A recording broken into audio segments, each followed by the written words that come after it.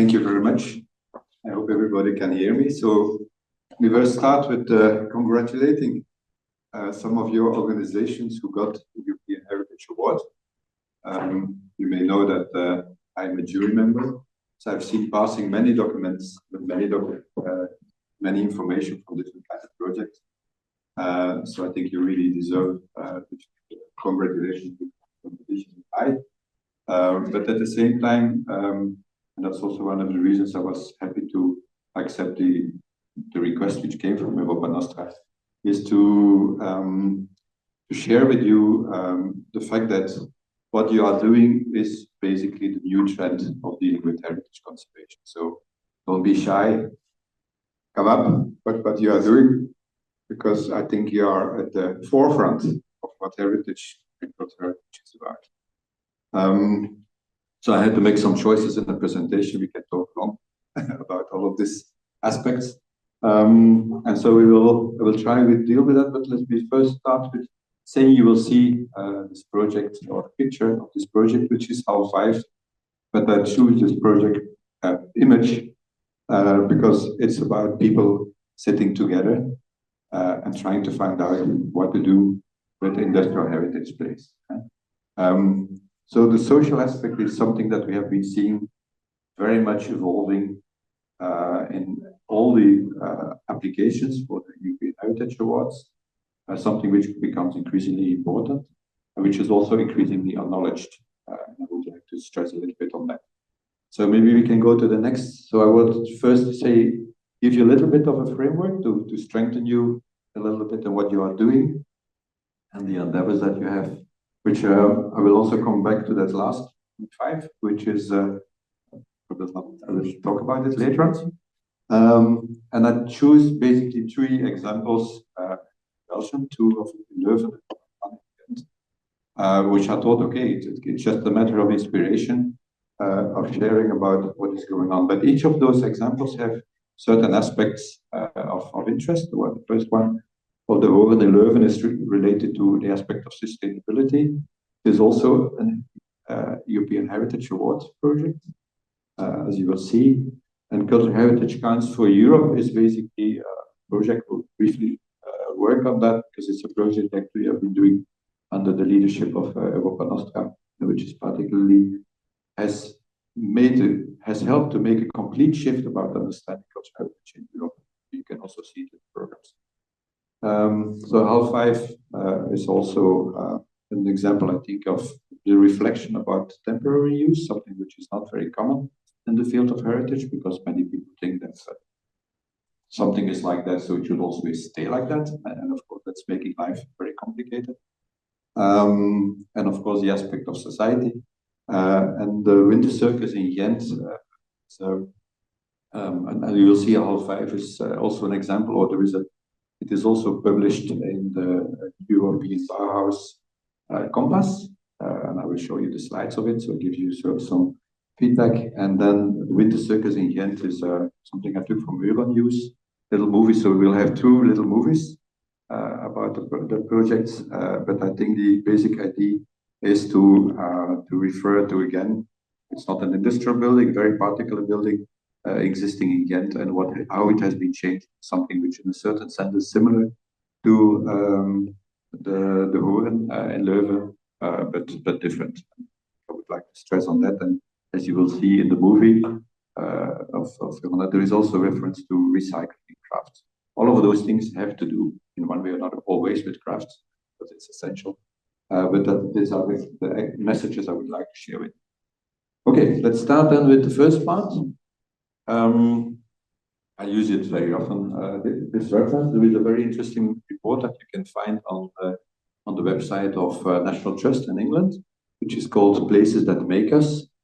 And what's interesting is that the Eurobarometer, which was published just a year before the European Year of Cultural Heritage, was very much saying similar things based on very different experiences and different insight. But what we can get from that is that places, significant places, does not always have to be heritage places, but significant heritage places are very often significant places because they represent shared values by communities. Are important. They make people. So those places make people. And what we also noticed is that when it makes you, it's something also you want to share with others. And so I think if you think about it, it's very obvious, but the point is, it's not. It's I think the first time it has been stated so strongly. Okay, in the next slide. So you can look into it in different ways. The picture that you see at the background and the grid cells and the place cells is reference I make basically to Nobel Prize winner of medicine, which has identified the fact that people, or animals also, so not only people, we have something like an internal, in our brain, we have a kind of a GPS system, which are called grid cells, in which we make connection between place and memory. The reasons for which, for example, I don't know if it happened once to you, that you are smelling something and suddenly you are somewhere else, or the other way around, you are in a place and suddenly you have like a smell. So these are things which are very strong embodied in people's body, and that's why it's important to address that very clearly, that it is not something which is kind of of course it is culturally defined, but it's also defined by our human being, those kind of aspects, and it's very often overlooked. So what we see, or what we identify from those reports I was referring to, is that places with meaning evoke emotional reactions. And so, of course, emotional reactions, of course, is something different from purely intellectual reactions. And I think it's important to acknowledge that. And of course, it helps and it makes connections with what I just said before. They have an impact on us physically and psychologically. And the research that was in that report of the National Trust states that it transports ourselves mentally back to places of meaning. And so that's what I was just telling about. Sometimes you smell something, or sometimes you. So there is something that moves yourself to other places, even without your own control, in a certain sense. Next one. So it is something that echoes the theory, the report and the parameter. That you say 8 out of 10 describe these places as being part of them, and 58% agree that they feel like I belong when I'm visiting this place. And 75% agree that they would like to pass on their love of their places to significant others, and there is also desire to share the connection they have with the places with others. So I think it's important. It's not something that you want to keep for yourself. If you have this kind of feelings, you have this kind of attachment, but it's something you want to share with others. Basically, that's also why you are so numerous here. But it's also what you see on different other places, but of course justifies that we work together with societies around places which have shared values, because I think this is the essence of what cultural heritage is about. Next one. Now, I once with the group we visited this St. Ursula Institute, Waver, close to Mechelen.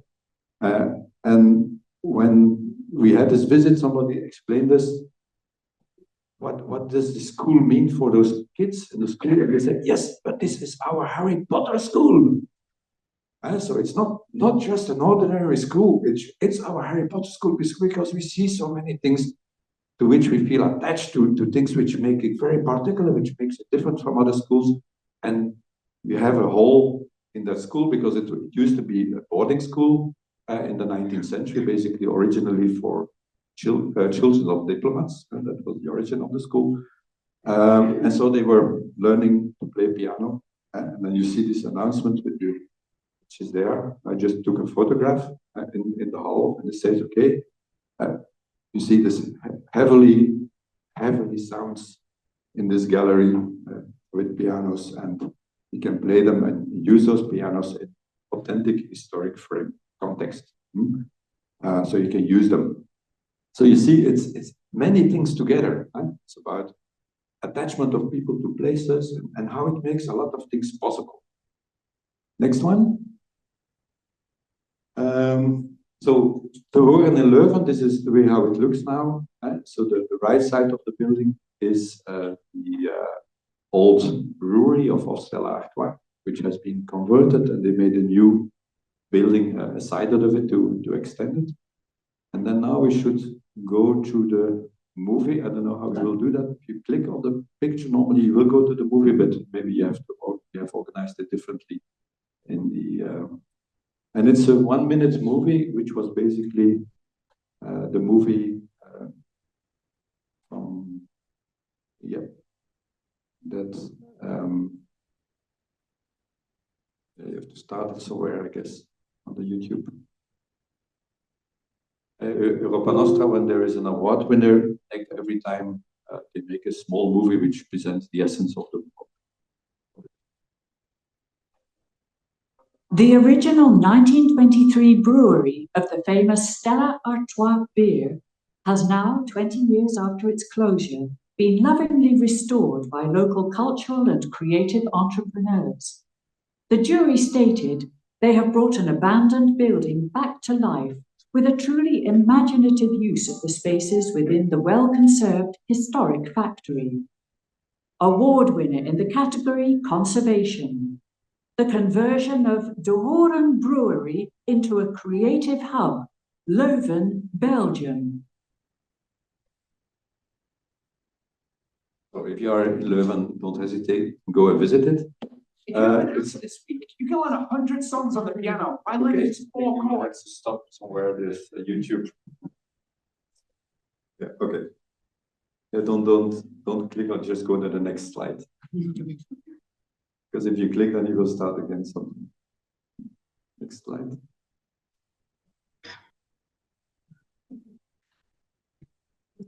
Yes, I didn't know I would make your life so difficult.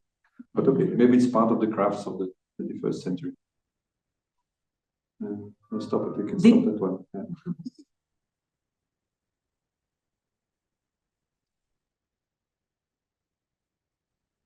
Okay, good. So at the time that this project was awarded, we were also working with Europa Nostra on a report for the European Commission, in which the original question of the project of the call was: can you can you develop methodology to measure the impact of cultural heritage? And after 3 years, we came with this idea. Basically, it's completely reversing the question or reversing the issue. What we have demonstrated in that report, Cultural Heritage Transfer Europe, you can find the link below, but if you just Google it, you will find it. We have demonstrated how cultural heritage makes the use of a lot of other resources more sustainable. And so if you have some social program and you link it with cultural heritage, it's more sustainable than if you would not have done it. And we showed it through many different examples. Many of them are, for example, Interreg projects, which on it themselves have nothing to do with cultural heritage. People have made choices to work on cultural heritage and to look at transboundary collaboration, for example, for organizations. But I think that many of the examples of what you are doing would fit very much. I won't go into detail, but that's basically what we demonstrated. And we say, and the graph below, it tells you, okay, you have economic purposes. If you mix it with cultural heritage, it becomes more sustainable. And of course, it can work for different types of endeavors. Now, the next slide, you will see that they basically use the same model to argue about the Horen. So at the time that the Horen was nominated or was awarded, I was not yet in the jury. I want to clarify this because the slides I will present are for my son. So he is one who was doing all the work for the Horen. Okay, but let's go very fast. So you will see some pictures. And so basically what the Horen is about, it's about creative industry, a Grand Café, which was basically running under a social program, and events. And there's other things you see. Of course, there are a lot of economic initiatives that basically, I think there were originally 4 entrepreneurs who took the initiative, and they just wanted to find a place to have their offices. And they were working, and they are still working in the creative industries, and they knew that their workman or workwoman or work person working for them would be more productive in this environment than when they would be working in a new building. And so it's also interesting to see these kind of connections. And I think it's also for whether you are working in publicity or as an architectural in the office, or if you are working in craft, it's always the same. I always liked, for example, to teach students.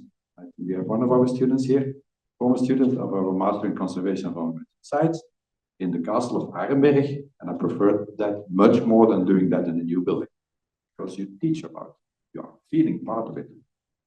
Okay, so economic activities. They had social activities, of course, which included the restaurant, which was run under a social program. And it was also for them a big difference. The fact that people learn to work in this industry of restoration. Of course, it's a little bit ambiguous because we are talking about the restoration of buildings, but this is restoring people. And for those people, it made a big difference that they were working in a historic place and working in a new place and doing, like, this kind of food for 2,000 people. And that it learned them other skills. But of course, everything which relates to the neighborhood, it basically transferred or changed completely the whole neighborhood and eventually also the whole urban planning of the environment. Next one. And so, of course, culture. So there are a lot of events. I think also Toerisme Vlaanderen is also increasingly advertising at these kind of places because they have to stress the importance of what cultural heritage stands for in Flanders and how you can make events passing on these kind of places. But of course, on itself is also industrial heritage. There are a lot of things that you can still see about how traditional brewery was done.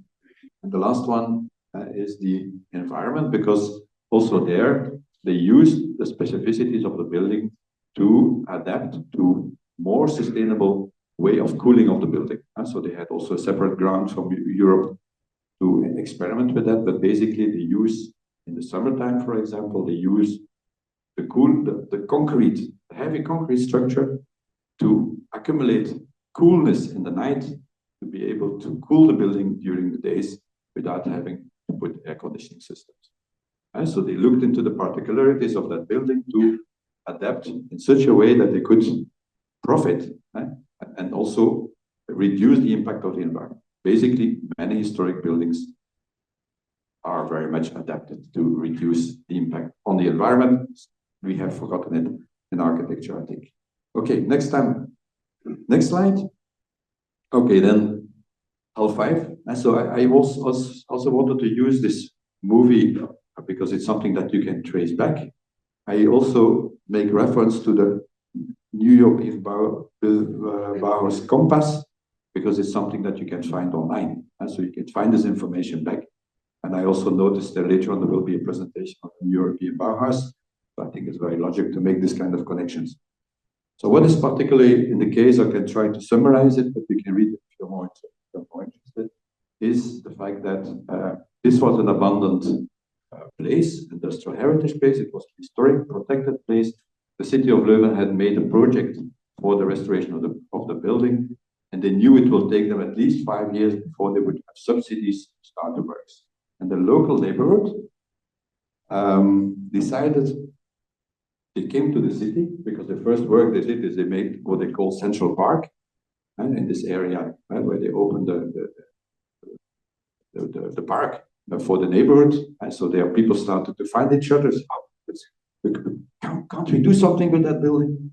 And they convinced the city of Leuven to make a call so that they could apply to use that building for a symbolic euro, at least for 5 years, because they knew for 5 years they would not be able to do anything.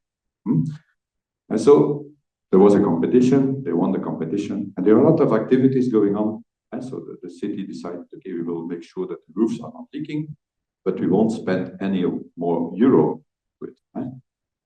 And so they start to organize themselves together, and they made the conversions in the building.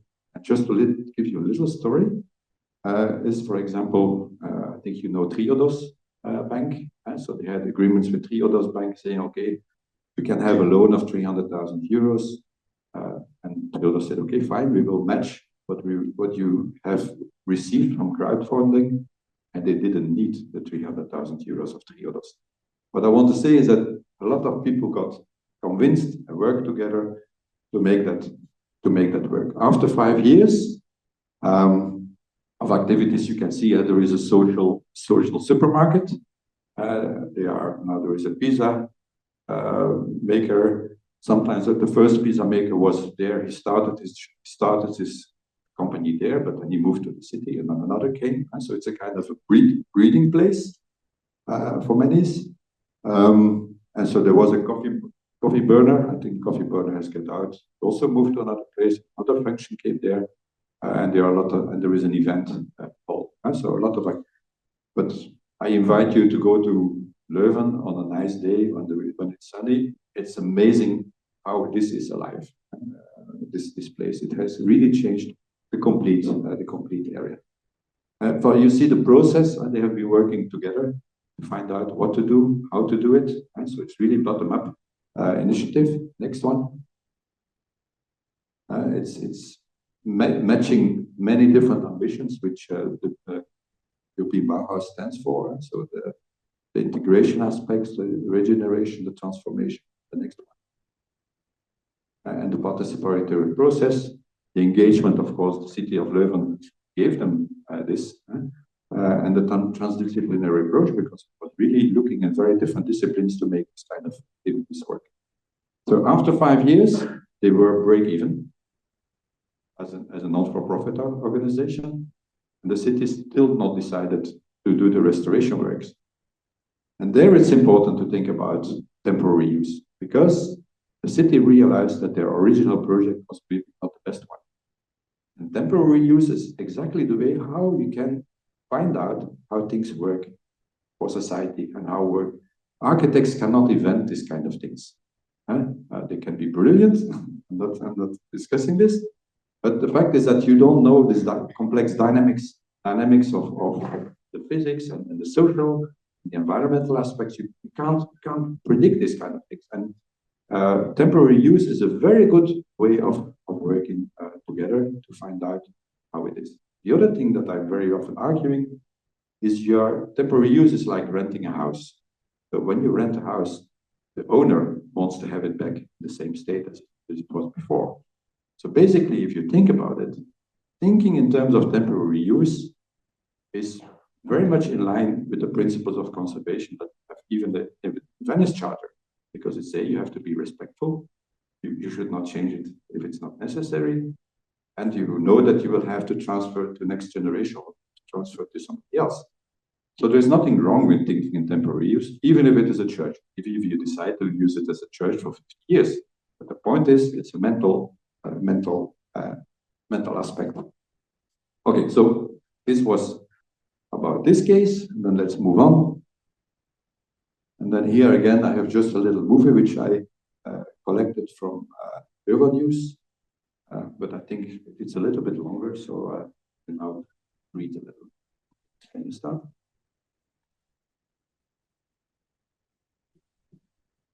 Yeah.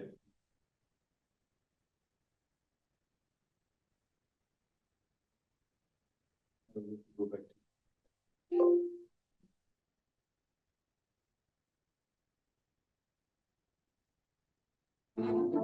Step right up to the greatest show in the heart of the event. This is the Winter Circus, a former 19th century stone circus and motor garage. Now, after years of intensive renovation, partially financed by the EU, this legendary building reopens its doors as a vibrant tech hub. We actually want to mingle arts, culture, music with technology and innovation. We want to create a place in Europe that is unique and bring those worlds together. Its central arena, once filled with circus performances, is now a public square woven into the fabric of the city. With Winter Circus, we want to be a place where the magic happens by bringing together diverse people, diverse communities to brainstorm, to think, and to collaborate around entrepreneurship, technology, and collaborations to deliver better solutions that our society needs in the world of tomorrow. Bring back the magic through a 15,000 square meter building that houses a glass auditorium, co-working spaces, music club, and fancy bars and restaurants. The renovation's challenge was to keep the layers of history visible, integrating a contemporary program and sustainability elements. For the sustainability in the building, it goes on high level with techniques. So it's the geothermal boreholes that we use the warmth from the earth to heat and cool the building, but also on another level of interior finishes where we're trying to reuse materials and re-implement secondhand furniture, for example, for the design of the spaces. The project cost almost 31 million euros. About 1.4 million of that came from the European cohesion policy. Around 21.6 million was financed by the government of Flanders and the city of Ghent, and a further 8 million from private investment. Winter Circus gives a stage to creators and tech innovators. 40 cutting-edge startups work in this inspiring space. Among them is Say It Labs, an award-winning tech company using AI to bring speech therapy into homes through innovative video games. We have a shared space of artificial intelligence, machine learning, or anything that's related to cutting-edge technology. And this is the type of space that offers very free idea sharing. That's something that you can't always buy. So being part of this ecosystem really offers major added value because you can learn so much from the game. Winter Circus preserves the playful spirit of the past. Instead of acrobats and jugglers, the space juggles technology and AI to deliver a unique spectacle.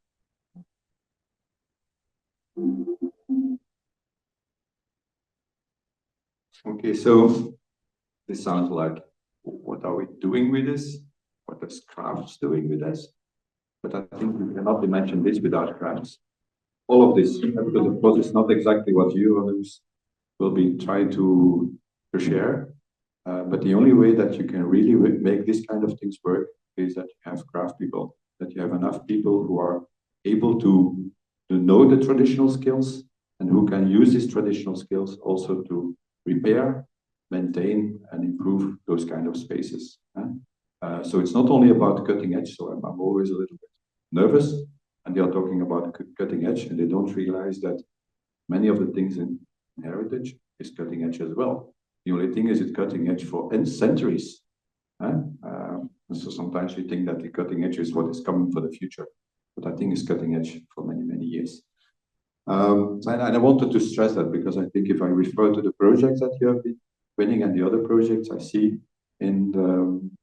which are awarded these heritage labels, they are very often about this sometimes very simple things, but sometimes very, very complicated things, even if they are traditional. And it's something that we are very often also losing, the people who are able to do this, because everybody thinks that he has to be working in the cutting edge of the future and forgets that he can also work and do very good work in the cutting edge of the past. So that's something I would like to add to this kind of videos, because of course that's a little bit branding that this kind of media of course are using, and that are sometimes forgetting more of the essential things that we in Europa Nostra, but in many heritage organizations understand and also would like to acknowledge. Okay, let's go to the next slide. Almost to the end. And I would like just to advocate for this book. It is a very, very recent book, and try to give you some essence of that book. I think the subtitle is most important. Reclaiming art and culture for the common good. In exchange with Justin O'Connor, who lives in Australia. So probably we will have him in Leuven between half of April and half of May next year. Because what he is basically claiming, he says, and he starts by explaining in the time of Thatcher, we have been trying to advocate for culture true economy. We have been basically trying to argue with other people how culture is important because it has some revenues, it has made some change. And he's basically saying, come on, let's stop that. There are many aspects of art and culture which you cannot grasp into that, or the other way around. Once you have started that discourse, you are just putting yourself out of many things which are of social importance, of community importance for art and culture.